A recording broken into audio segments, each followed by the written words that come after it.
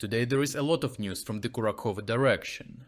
Here the Russians conducted a miscalculated attack from the north of Kostiantynivka aimed at overstretching the Ukrainian defense in and around the village. Even though this attempt was unsuccessful, it was almost immediately followed up by several highly attritional waves of mechanized assaults from Novomykhailivka and from the south, which tried to exploit the momentum before the Ukrainians were able to further fortify their positions. Russian commanders decided that their powerful push from the north should have depleted the Ukrainian defense capabilities, at least to a certain extent, so they switched back to their previous tactic of sending mechanized groups consisting of several armored vehicles each.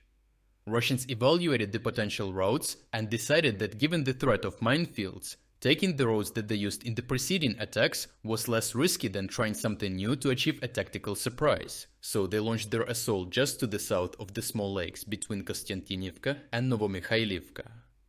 Geolocated footage released by Ukrainian drone operators captures a powerful Russian assault group consisting of at least 10 armored vehicles advancing rapidly towards Kostiantynivka through open fields. During earlier probing attacks, the Russians analyzed the average response time of Ukrainian forces and used this intelligence to split their assault units into multiple parts just before the anticipated Ukrainian counter-strikes. This tactic proved effective, significantly improving the Russians' chances of crossing the field with reduced combat losses. Each vehicle that manages to reach the designated landing zone and deploy its troops immediately increases the Russians' chances of establishing a foothold in the first houses, from which they could attempt to capture the entire settlement. However, despite using familiar paths into the village, the footage reveals that several armored vehicles struck mines, which either destroyed or immobilized them. In both scenarios, surviving crew members were subsequently targeted by Ukrainian forces with grenades dropped from drones. This situation underscores the crucial yet perilous work of Ukrainian soldiers in creating and maintaining extensive networks of minefields, which require constant renewal after each mechanized assault. The second most crucial element in the Ukrainian defense strategy for this operation is the deployment of artillery shells equipped with cluster munitions. Multiple geolocated videos from this engagement vividly demonstrate the devastating effectiveness of these munitions, which swiftly neutralized Russian heavy equipment and personnel.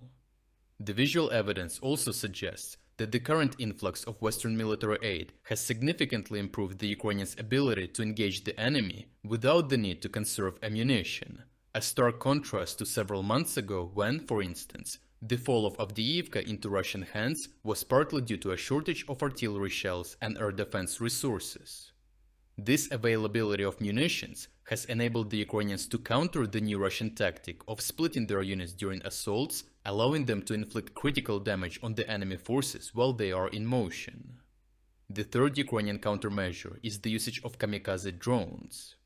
Footage from the area shows dozens of examples of how Ukrainian FPV drones finish off already damaged Russian tanks, BMPs and MTLBs. Even though the fields around Kostiantynivka are open terrain and hardly provide any cover, the alarming rate of losses of armored vehicles put pressure on Russian commanders to send their troops to rescue damaged vehicles and try to pull them out to the rear for repair. In most cases, these missions quickly become suicidal, as the Ukrainians are constantly on the lookout and generally prefer to destroy such vehicles and not give any chance to the Russians to further use them. Despite witnessing many of their units being destroyed before even reaching the village, the Russian officers in charge of this operation persisted in sending wave after wave of new groups, hoping that at least one would make it to the houses on the outskirts.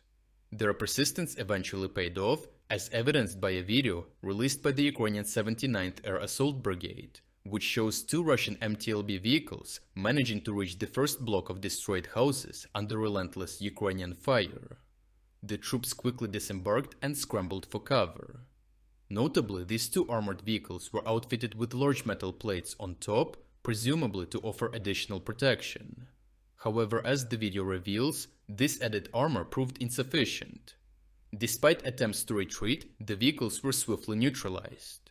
The scattered Russian soldiers are seen desperately trying to take shelter beneath already destroyed tanks and in the rubble of the houses, but their efforts are in vain due to the precise and effective targeting by Ukrainian drone operators. All uncensored footage from these Russian attacks can be found on our Telegram channel through the link in the description. Overall, the Ukrainians successfully halted the enemy offensive in this sector, effectively countering the new Russian tactic of splitting units during assaults. This success was largely due to the ample supply of munitions available to the defenders. Despite the ongoing heavy battles that have raged for weeks, with the Russian high command relentlessly sending wave after wave without significant pauses, the Ukrainian minefields are gradually becoming less dense as no defense strategy can remain flawless indefinitely. This leads to the Russian troops getting meter after meter closer, allowing them to generate incremental gains. However, these small steps forward are achieved through the approach of high attrition, and the inevitable operational exhaustion is just a matter of time, which will be followed up by a slowdown, and these slowdowns allow Ukrainians to create new fortifications, annihilating any Russian chance of achieving an operational breakthrough and success like Ukrainians recently managed to achieve in the Kursk direction. If you're against the invasion of Ukraine and you want to support the work that I am doing, consider making a purchase in the online store UA Supporter. Here you can find a lot of products with Ukrainian symbols to not only show your support for this channel, but also for Ukraine. The link to the online store is in the description.